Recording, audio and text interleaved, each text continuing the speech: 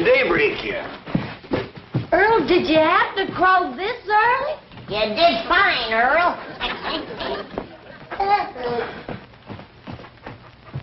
The early bird catches the worm. When we plow up that front yard out there, you're going to be up to your wishbone in them.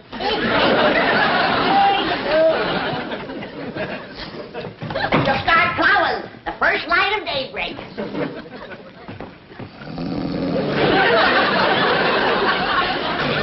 Shame on you.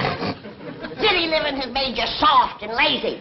Now get to your feet before the whole morning is wasted. It's already past 4 o'clock. 4 o'clock's powerful early. No, not when you have the whole front yard to plow, and corn to plant, and taters, and turnips, rutabagas, and onions, and oats, and barley, and watermelon. All right, Granny, all right. Now, you get in the kitchen and get some breakfast on the table, and we'll be in directly. See that you do.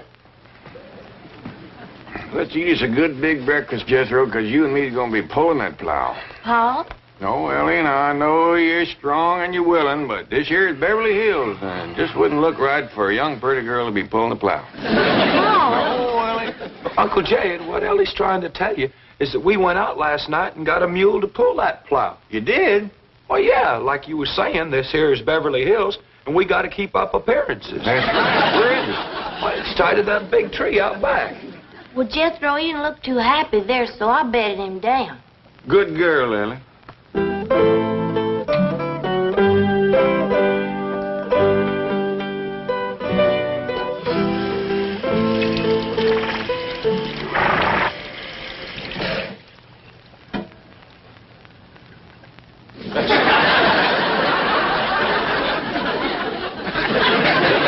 I didn't see no mule laying on the floor. Couldn't have seen a mule laying on the floor. There ain't no mule to see.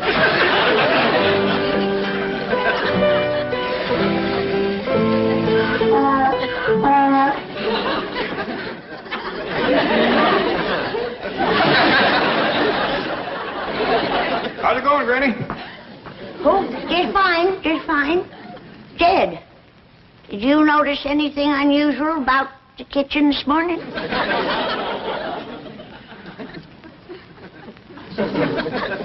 Nope. Unless you mean that mule sleeping on the floor over there. Oh, praise be, Jed. I thought I was having visions. Who brought him in here? You know as well as I do who's always bringing outdoor critters indoors. Well, see if you can get him back outdoors again. I don't cotton to mules laying around my kitchen. Tain't neat. I take care of him. Now then, young feller, if you'll just come along with me quietly. Don't rile him, Jed. I got kicked by a mule once.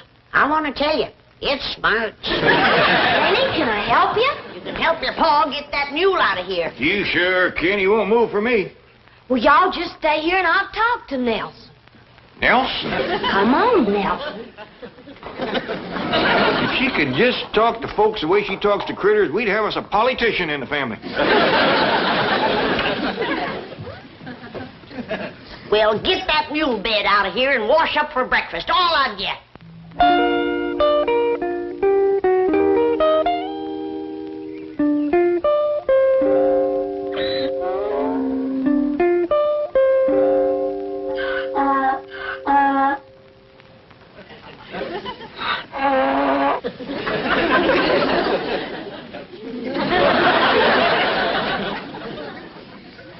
Looks like a good, strong mule, Jethro. I hope he's broke the plow harness. He's taking to it real good, Uncle Jed. I bet you we can plow up that whole front yard before noon. They wouldn't. They might. Well, come on, let's get around front with the plow. They are. Paw, you paw, yes. Mr. Cravat! Mr. Cravat, wait!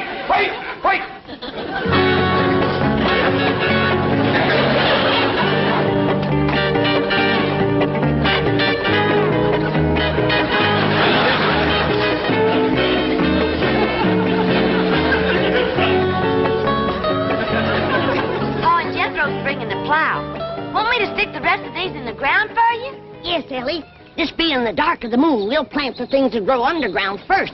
like our taters and our turnips and our onions and our beets and our radishes. Then comes the light of the moon, and we'll plant our corn and our beans and our tomatoes.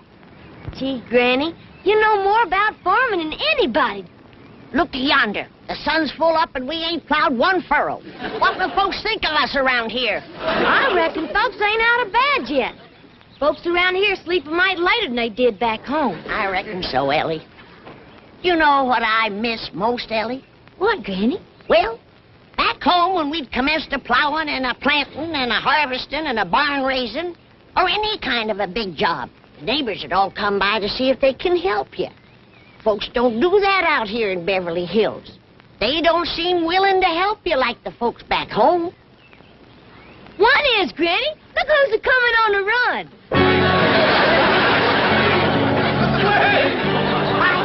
I spoke too fast. He ain't only willing, he's anxious.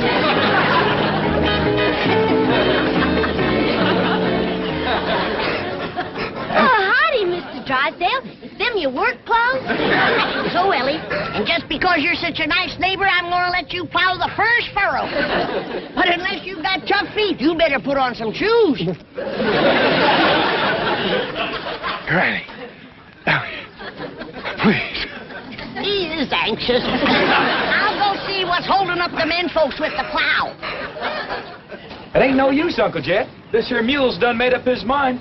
He gonna sit for a spell. Yeah, knowing mules like I do, we might as well sit for a spell, too.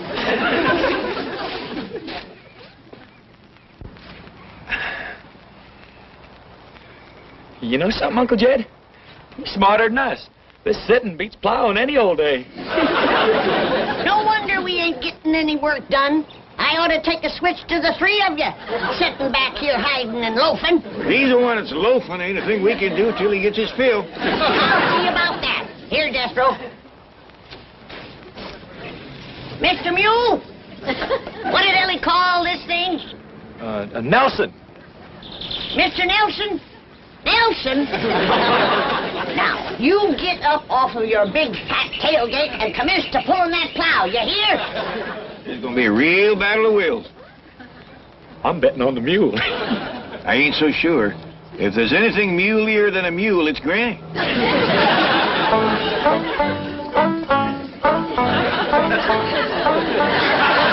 Granny? Granny?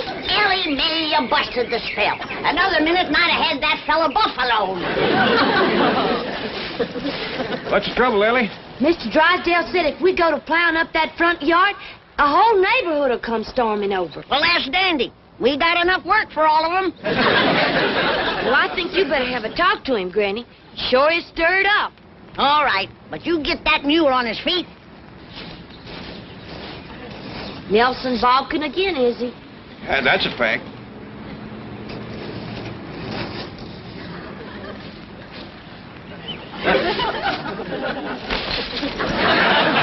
Hey, Ellie, what you say to that there mule? You wouldn't understand, Jethro. It's mule talk. I bet your Granny'd understand it.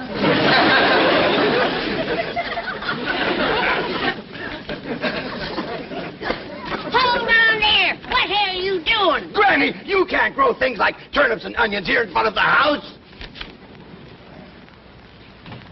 That's turnip and onion soil if I ever tasted it. You can't grow anything. There's a zoning ordinance here. Now you tell me. I already swallowed it. Bless you. Thank you. Granny, you don't Bless you again. You better get some shoes on your feet. Hi, Mr. Drysdale. Hey, Ellie got the mule up, Granny. And Uncle Jed will be here with the plow directly. Bless you. I've got to get home and get some clothes on or I'll catch pneumonia. Promise me you won't do anything until I get back. I've waited as long as I'm going to wait. Jethro, you take him in the house and put some shoes on him and some dry clothes. Okay, Granny. Come on, Mr. Drysdale. No, no! Hey, you better never say no to Granny unless your hide wants standing.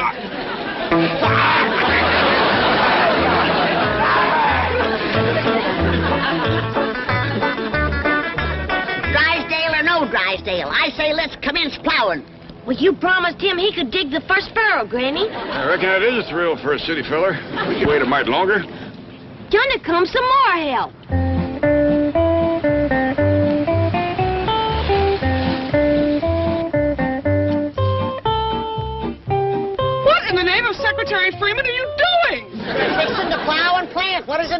we're doing.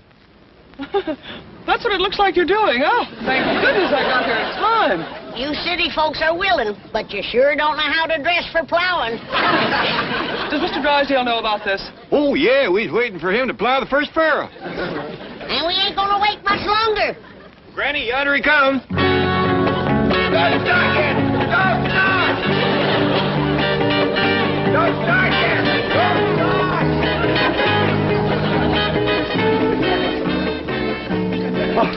It is Mr. Drysdale. I reckon he ain't done much plowing or he wouldn't be so all-fired anxious. Miss Hathaway, am I glad to see you? So, Chiefy, you can't plow up this front lawn. There's a zoning ordinance here. We figure a little fertilizer will take care of that. Have you taken leave? Oh, shut up! I have no intention of plowing up this lawn, nor have a line of clappers to do it. What did you say? Now, Granny, Mr. Clampett, let's all go into the kitchen, sit down, have a nice cup of coffee, and talk things over, eh? That's a city farmer for you. He ain't turned one spoonful of dirt, and already he's tired. Mr. Clampett, as your friend and neighbor, I beg you, I implore you, let me explain the whole thing. Well, while you two are jawing, I'll be plowing. Ellie Mae, pull up them markers. I'm going to start to work. Gee,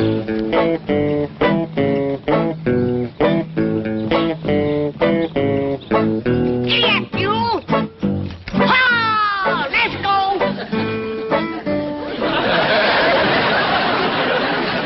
Here he goes again. Ellie Mae, get that Beverly Hills jackass on his feet. Should I, Pa? Well, Mr. Drysdale seems right in earnest. Reckon a little confab first won't hurt nothing. Granny, may I give you a lift to the door? Yes, take them. These the lazy ones. But, Mr. Drysdale, we done scouted the whole estate and that piece of land out front. That piece of land out front there. Jethro, that's the third breakfast you've had this morning. Well, Uncle Jed, plowing gives a fellow an appetite. But you ain't plowed none yet. Oh, I know, but we've been talking about it since 4 this morning, and it's got me starving. Well, take it into the pantry. You're making more noise than a heifer going through a dry thicket. Gee whiz, just because a fella gets hungry talking about plowing, you got to throw him out of the kitchen.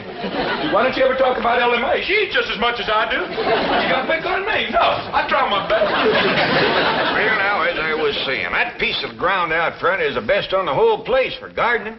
It's nice and level. It's got no stumps or brush to clear. It's handy to the house, and it's handy to the street. So as Granny can set up a little stand and sell some of the stuff she growed. Well, I reckon Mr. Drysdale got up a mite too early for a city fella. Ellie Mae, give him some more coffee. Mr. Clampett, your neighbors in this lovely and exclusive section would never accept such action. They would originate petitions. They would bring legal proceedings. They would take every means to protest vigorously and vociferously. You mean to get him riled? Exactly. Well, now, we sure don't want to do nothing to rile the neighbors, but Granny's powerful set on plowing and planting that piece of land out front. Mr. Clampett, I will explain to Granny that in addition to the aesthetic depreciation and the local hostility that would obtain, the net results in volume of produce, weighted against value per acre, would make the entire venture economically unfeasible. Well, if you're going to explain it to her that way, I might just as well start plowing. You gonna tell Ellie to get that mule up, or am I gonna have to start turning that ground by hand? Well, Granny, just bank your fire for a minute. Ain't you done jawing yet? No, not quite. What time is it? Almost straight up for 9 a.m. Hear that, Jed? We've done wasted the whole day. Hey, pour your Granny a cup of coffee. You want to do your granny a favor? You get that four-legged friend of yours to pull in the plow, like he was paid his bucket of oats to do. Granny, I dasn't without Pa tells me it's all right to do. Are you going to tell her? Not right this minute. Now, sit down. Setting is for hens, not for farmers. Now, I'm going out there and look that mule in the eye till he does my will. And I want to warn you, Jed Clampett, you're going to own a mule with a powerful headache and a broke spirit. Now, mule, you going to get up and pull that plow? I say air. All right. I'm going to put the mule hex on you. Oh, think it's funny, do you? All right, Mr. Mule. Look me in the eye.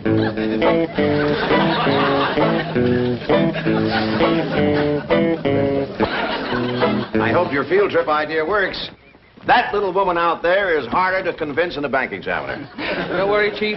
I shall carry the message to Garcia, or in this case, to Granny. Well, I'll change clothes and get down to the bank. Lots of luck. Now then, shall we put Granny in the front seat with me? Well, I kind of favor the back seat twixt Jethro and me. I figure maybe we got the best chance of holding her in the car. Yeah, Granny ain't gonna take this sitting still. That's a fact. Well, I got her hat and her reticule. Granny won't go no place without she totes her reticule. How far is it to the place we's going, Miss Jane? Oh, it's about an hour's drive from here. That's gonna take considerable holding. It sure is, because right out there is two of the stubbornest critters that ever faced off.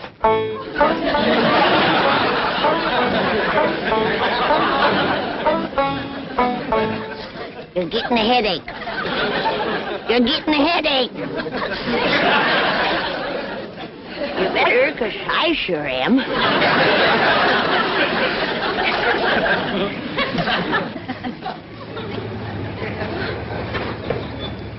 Come on, Granny, we's all going for a ride. Well, if that don't take the roof off in the barn, loafing isn't bad enough. Now it's joyriding on plowing day. It ain't exactly joyriding, Granny. We got something to show you. Indeed we have, Granny. This will be a ride you'll never forget.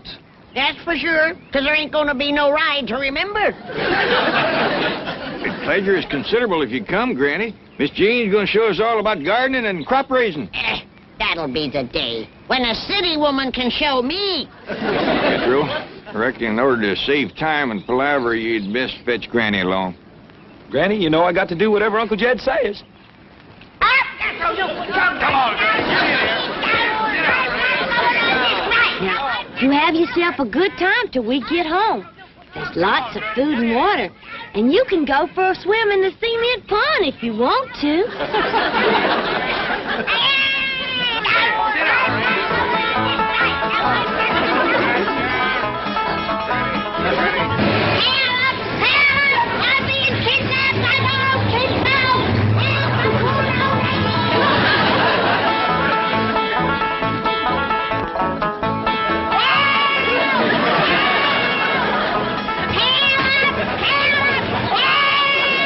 Granny, quieten down. Not me. If I'm going fight. Quiet down. Look out yonder, Granny. Ain't that something? Now do you see why we brought you here? Sure I do. You want to drown me in one of them ditches. Surprised by a bunch of killers. Be sensible. Why would we want to get rid of you? To get out of plowing and planting, that's why. I'm the only one that hasn't been spoiled rotten by city living. And you don't want me nagging your conscience. This was my idea, to show you how unnecessary it is to plow and plant. Look out there. These people make farming their life's work. By their efficiency and modern methods, they raise better crops and more of them than you and I could ever hope to. Speak for yourself, city woman. Now, there ain't nobody so wise that they can't learn something new. Well, don't expect me to learn them. Look at them, planting corn at the dark of the moon time. I'd like to see their faces when nothing comes up. Granny, the modern farmer is so efficient that each one feeds 28 people. Now, you hear that, Granny? You don't want to put men out of work with families that big.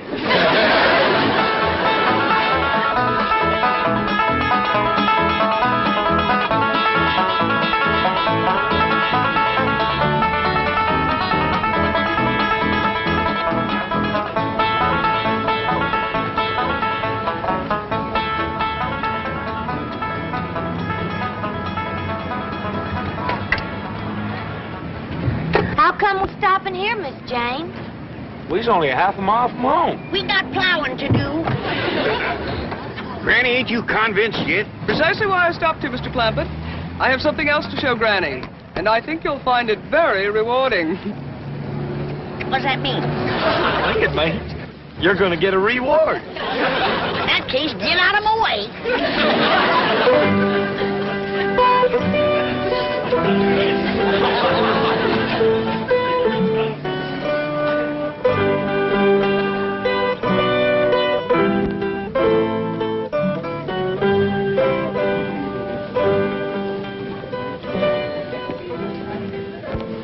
Now, Granny, while the others are exploring the rest of the market, I want to show you how unnecessary it is to plant a garden. Look, could you grow a watermelon like that? That's a watermelon. Yes. Back home, that'd be a cucumber. Serious. But I must admit, that's the biggest cockleburr I ever did see. Granny. I'd sure hate to comb a mess of them out of a mule's tail. Granny, this is a pineapple all the way from Hawaii. In fact, there are fruits and vegetables here from all over the world. Come on. Ah. You know what this is? It looks like a hairy hickory nut. It's looking back at me. This is a coconut from the Philippine Islands. And over here are bananas from Central America. And here are nuts from South America. Well, that's one thing they don't have to bring to California. Nuts. Granny, you just won't take me seriously, will you? Well, everything's so mixed up out here. It's got me discombobulated. Now, everybody knows that you plant turnips on July the 25th. But out here, you can't tell the difference betwixt July and October. Well, why bother to plant them all when the best in the world are here at your fingertips? Look at these turnips. Well, now you got me beat. I once growed a double turnip, but I never pulled 4 out of one hole.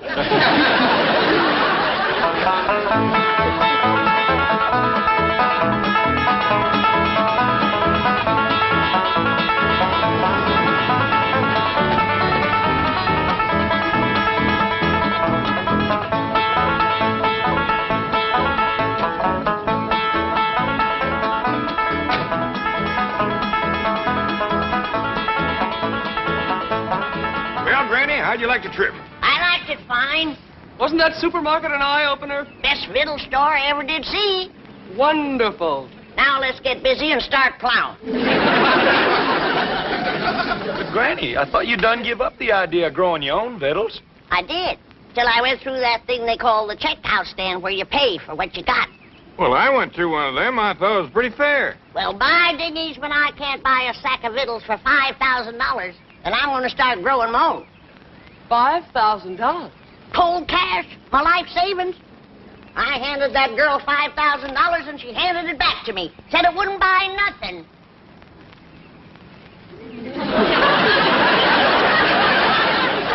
Well, no wonder, Granny.